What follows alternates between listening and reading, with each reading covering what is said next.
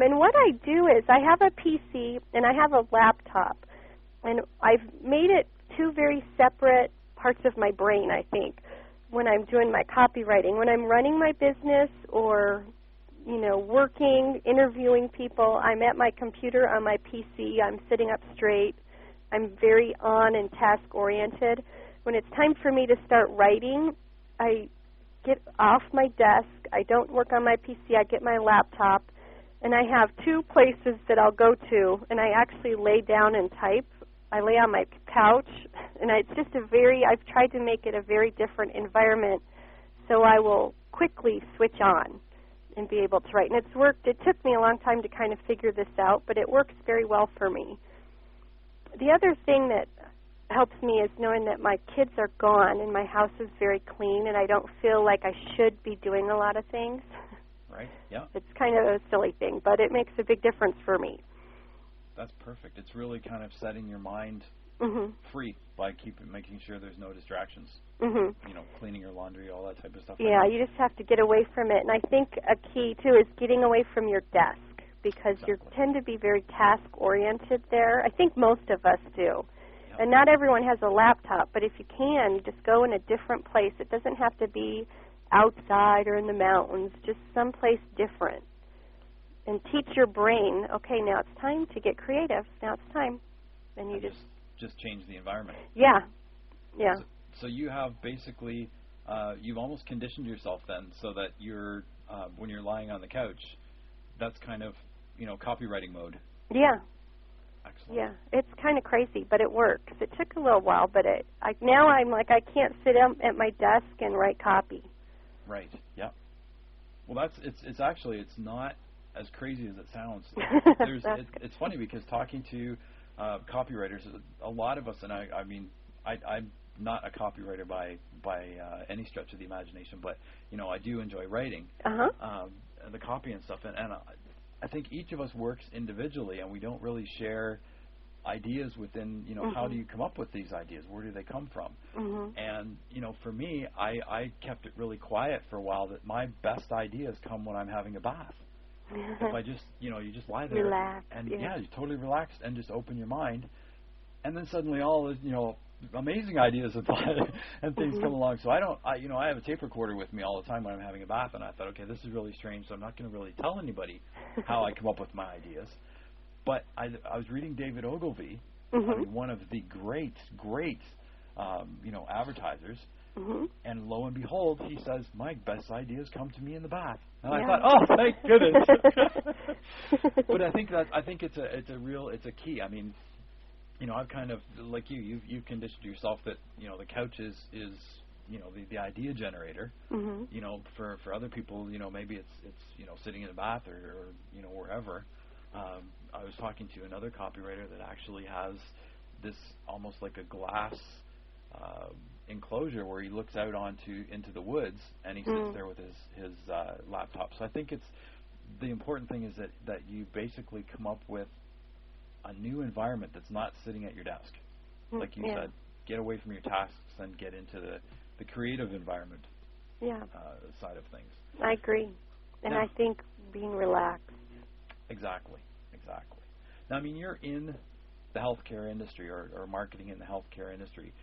So it's not like you're going to suddenly, somebody says to you, Kelly, I'm marketing margarine. I want to go and, come up with a campaign for margarine. It's not going right back to the basics and saying, okay, well, how in the world do you make margarine? What does the plastic container look like? That kind of thing. Yeah.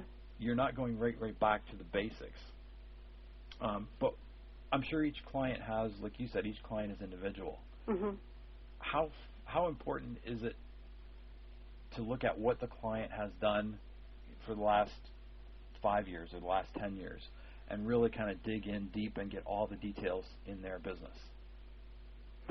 Well, I think it's pretty important. 10 years is pretty far back, but I'd like to see what they've done for a couple reasons. I get to know what they like and what their style is.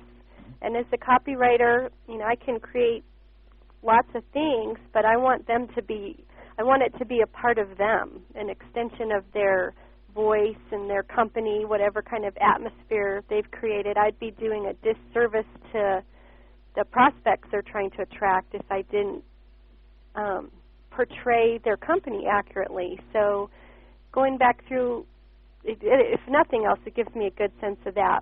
Also asking them, what's worked, what hasn't, just helps you not start from square one again. If they've tried something and it looked pretty good and it didn't work, marketing is a lot of trial and error. It didn't work in this community for this doctor. Right. It might work in the community next door, but it didn't work here. So you save a lot of time and money by doing that. Also, you can look at things and say, well, gosh, you've already got this. If we just tweak this one little thing, it might work great, and you can save them some time and money by just fixing up some things they have. So I think there's a lot of benefit to going through what they have, and it's nice. Some people keep all their marketing, and some people don't. So it's kind of, sometimes it's a learning process for them to go through and look at what they've done and see what they've done and learned from it, if anything, if they even stopped to measure or evaluate it. It can be a learning process for them. Excellent. And help them be a better business owner. Now, do you have a formula that you've gone through? I mean, we basically covered each of the individual steps that we go, or that you go through. When you get a client and take a look at, how their process works. Is there anything else that you do that we missed? I don't think so. That seems fairly complete. Yeah, I think, I really think we've talked about everything. I really believe that I think about a formula, and I don't have like a special written thing down, but it's that same process over and over again. And I have worksheets I have clients fill out to kind of work themselves through it before I meet with them. Right. That it is a process. It is a definite process. Now, what about when it comes to actually writing copy? How do you go about that? Do you have a formula for, for actually getting the copy to flow? Oh, no. I will go through all this research, the behind-the-scenes stuff, and interview, and a lot of it's what we didn't really talk about, looking at the competitors. I guess that's a big thing I spend a lot of time on. I actually will make my clients give me 3 main competitors, and a lot of them have never spent the time to even think of who their top 3 are. And I'll go through and kind of look at how they differentiate themselves from their competitors. And if they're not, which a lot of people aren't, as I'm writing and going through things, I'll be looking for things that help them, make them a little different. Right. But when I go into writing, I just kind of go through everything that I've got. And by now I have lots of interviews and worksheets and research, and I'll take a couple days. I'll put it away. I put it away for a while and just kind of think about it, which I think is important, and just try to go to a calm place and work on some other things and just kind of stew it in my brain, and then I just start writing. And I'm not a big planner. I just spew out everything that I have and start editing and going back through and really refining it, and I'll spend several days going through and editing. I mean, I just work it. I was just reading, I just downloaded something yesterday for writers, helping them write faster and mind mapping and all this stuff, and I looked at it and thought it was a pretty good idea, but mine works for me, just kind of throwing it out there and massaging it around.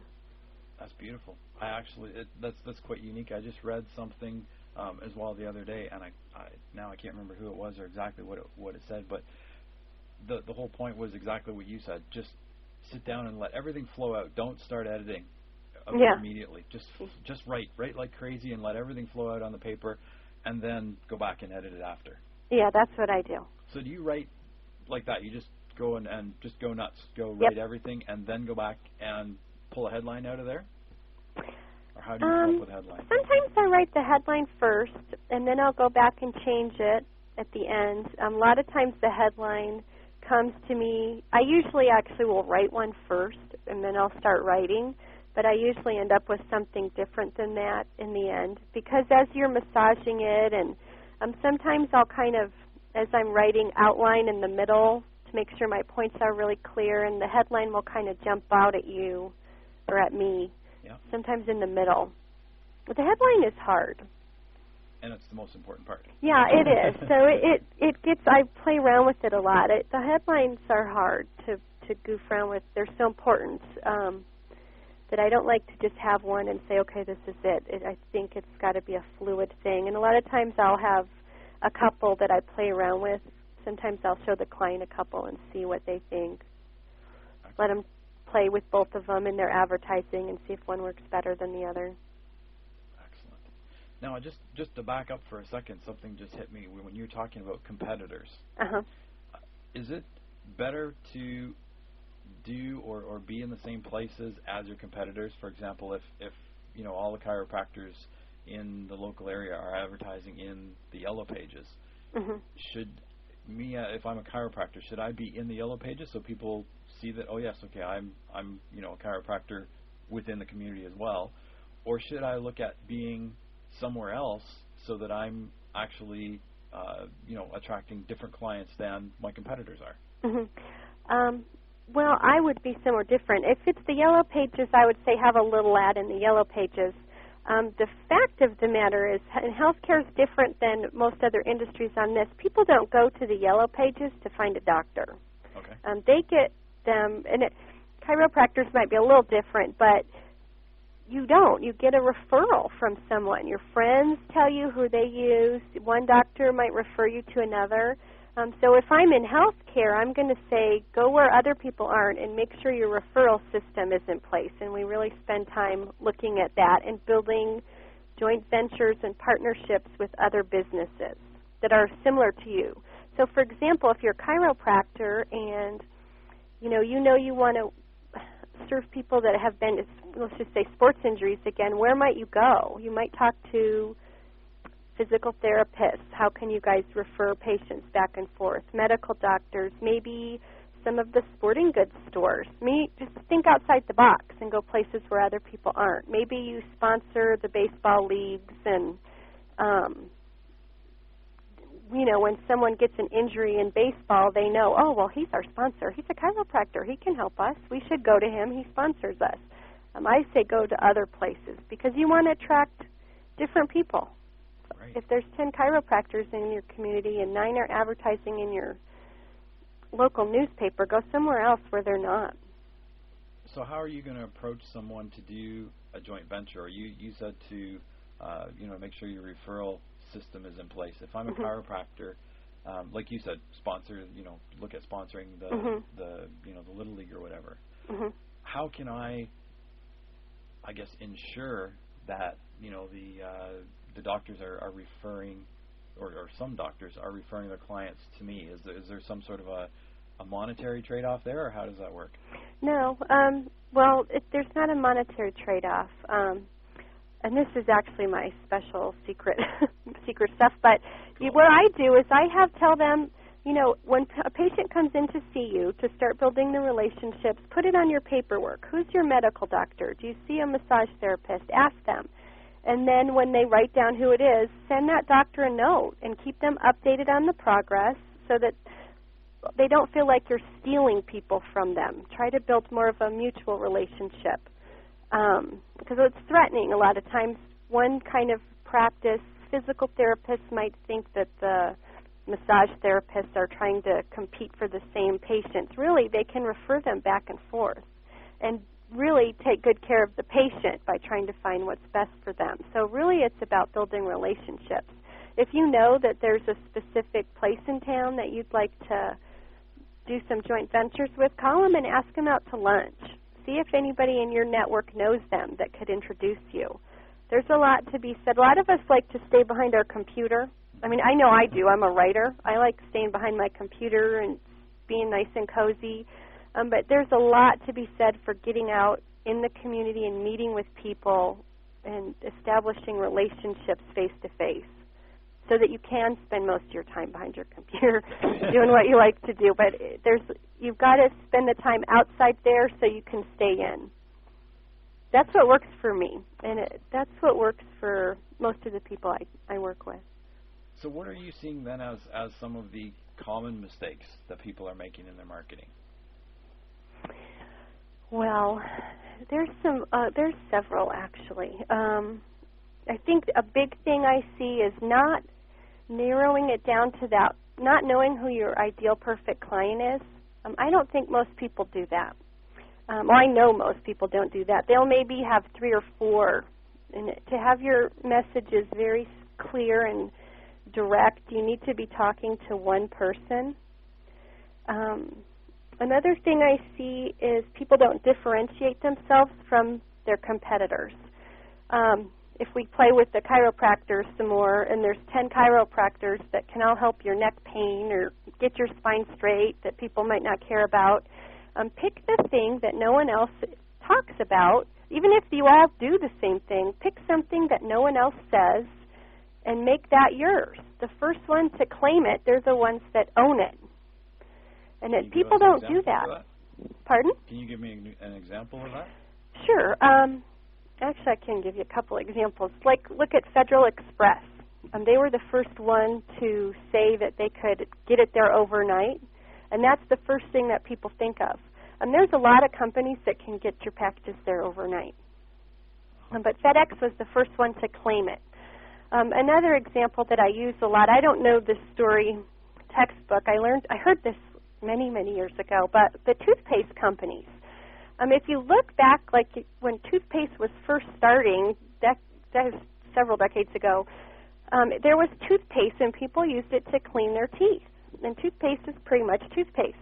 Well, one of the companies decided to market it a little bit different, and they took toothpaste, changed the color a little bit, and they said, oh, you don't, they targeted it to maybe 18 to 24-year-old men. Can't get a girlfriend, maybe it's your bad breath. Our toothpaste helps you have fresh breath. So everyone that cares about dating and wants fresh breath goes and buys this toothpaste. Right. Let's say it's Colgate. Yeah. Toothpaste is still toothpaste. Yeah. But because they made themselves a little bit different, that's who people go to for that. And look at all the different kinds of toothpaste there are now. There's toothpaste for smokers, for sensitive teeth, for people that want white teeth. Toothpaste is toothpaste. They tweak it a little bit. You can do the same thing for your business. You need to look at it and say, well, what is no one else saying? And just pick something and claim it as your own and really go after that one thing. Fantastic. So if we took, if now toothpaste is a great example, but if we look at a chiropractor, okay, what can one chiropractor say? Is that where you're going back and saying maybe just focus on sports injuries, for example? Yeah. Yeah? Yeah. Okay. There are I love chiropractors. I truly believe in the wellness that they provide. There are many, many, many benefits. That was just one niche that I picked. There's a bunch of them. Excellent. And they can definitely, there's a lot of different ways. And with chiropractic, it's your community. So look in where you're at. It's not a big national thing that no one else can say. Look at your community. Right. So is there, when you're saying that as well, is there differences between marketing locally as opposed to marketing nationally, or you get online and marketing internationally, globally? Are there differences in the marketing, or is it basically the same? Well, it's the same.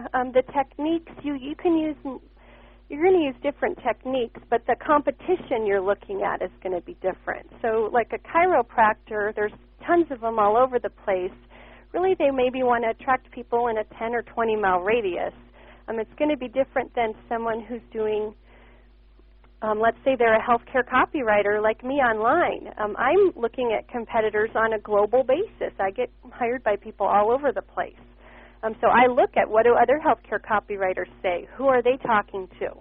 I don't look at the copywriters in my local area. Right. Yeah. Does that make sense? Yep. Absolutely. It's just you're just looking at it differently. That's all. So the actual process is the same. It's yes. just really the media that ends up being, or the way that you're delivering the message that ends up being different. Right. Perfect. Do you have any success stories of your client success stories that you can share with us? Yeah, I have a couple. I don't know. I love working with all my clients. Have all been successful. I think some of the ones that stick out for me are just some of the grassroots marketing that maybe they didn't have a lot of money that were really fun. I worked with a smaller hospital group in my area, actually, and we did a lot of grassroots. I wrote just little articles that went in some of the sports centers and some of the different places. It was just real grassroots. We were talking about women and heart disease and having them recognize symptoms and measured how many people came into the emergency room with those systems. And they just didn't spend so much money was what was so cool. The little grassroots marketing they did, there was huge. The numbers doubled. It was more than doubled of the women that came in recognizing symptoms of having a heart attack. So that was one of them. Wow. Another one that really stands out to me is just ghostwriting an article, or it's happened a couple times, but one lady, sometimes I'll write articles for doctors. They don't have time. They don't have time to do some of the stuff. So I'll interview them, and one lady, I heard her talking to someone else in the background, and she says, "I can't believe she wrote this. Sounds just like me. These are my words." And that made me feel really good. Wow. It was kind of cool. So that's a perfect example of getting your perfect client and writing directly to that client. Yeah, and I felt like I did a good job. It was ghostwriting for her, so she was talking, and she really thought it sounded just like her, so I felt good. Felt like I did a good job. Excellent. That's perfect. So what about the flip side of the coin? Have you had any kind of flops that happen? Yeah, we've all, I think, had flops. I think my biggest flops have probably been with my own marketing efforts, thankfully. But I think that some of the flops, I always look back to see what went wrong, why isn't this working, and a lot of times I can boil it down to two things. The client was in a hurry, and I skipped some of my steps. Right. And I never should do that. I need to always be strong and say, no, we have to go through this research because we'll have hit it wrong. And a lot of it's because I let myself be rushed. And that sometimes will lead to a flop. I think when you have a flop, go back and look and see what happened. And do it with your client. If you're a copywriter, go back together and say, well, what's not working? What do we need to do differently? Because marketing's trial and error. For sure. That's perfect. Well, Kelly, I think you've just given us an absolutely phenomenal overview of copywriting and the process, that we really have to go through, to get the marketing campaign in place and then actually the entire marketing process. Is there anything else that you would like to add that we maybe haven't covered in the detail that we should have? I don't know. I don't think so. I think if I was going to say one final thing to everyone, if you're looking to go do your own marketing, really take the time to look at where you're at and where you want to go. Where are you at? And know. Just start at the beginning. And don't just jump and say, oh, well, he's doing postcards. He has a brochure. I need a brochure. People waste a lot of money doing that. Just take the time to think things through and really analyze where you're at and where you want to go. What's the best way to get there? Beautiful. Now, where can people get in touch with you if they want to get more information from you, get on your newsletter, or contact you to be a client? Okay. Well, my email address is Kelly, Kelly, at kellyrobinsllc.com. Okay. And Robbins has 2 B's. Okay. You can also, you can just go to my website or send me an email. My newsletter is available on the website. If anyone's interested in copywriting themselves, either learning how to write their own copy or they're a copywriter and are looking for some tips, we also have a website, the copywritinginstitute.com, and it has lots of resources there to help you out. Perfect. That is fantastic, Kelly. Thank you so much. Thank you, Terry. You've been listening to Kelly Robbins from kellyrobinsllc.com, as well as her other website, thecopywritinginstitute.com, and myself, Terry Telford, from thebusinessprofessional.com. Thanks very much for your time.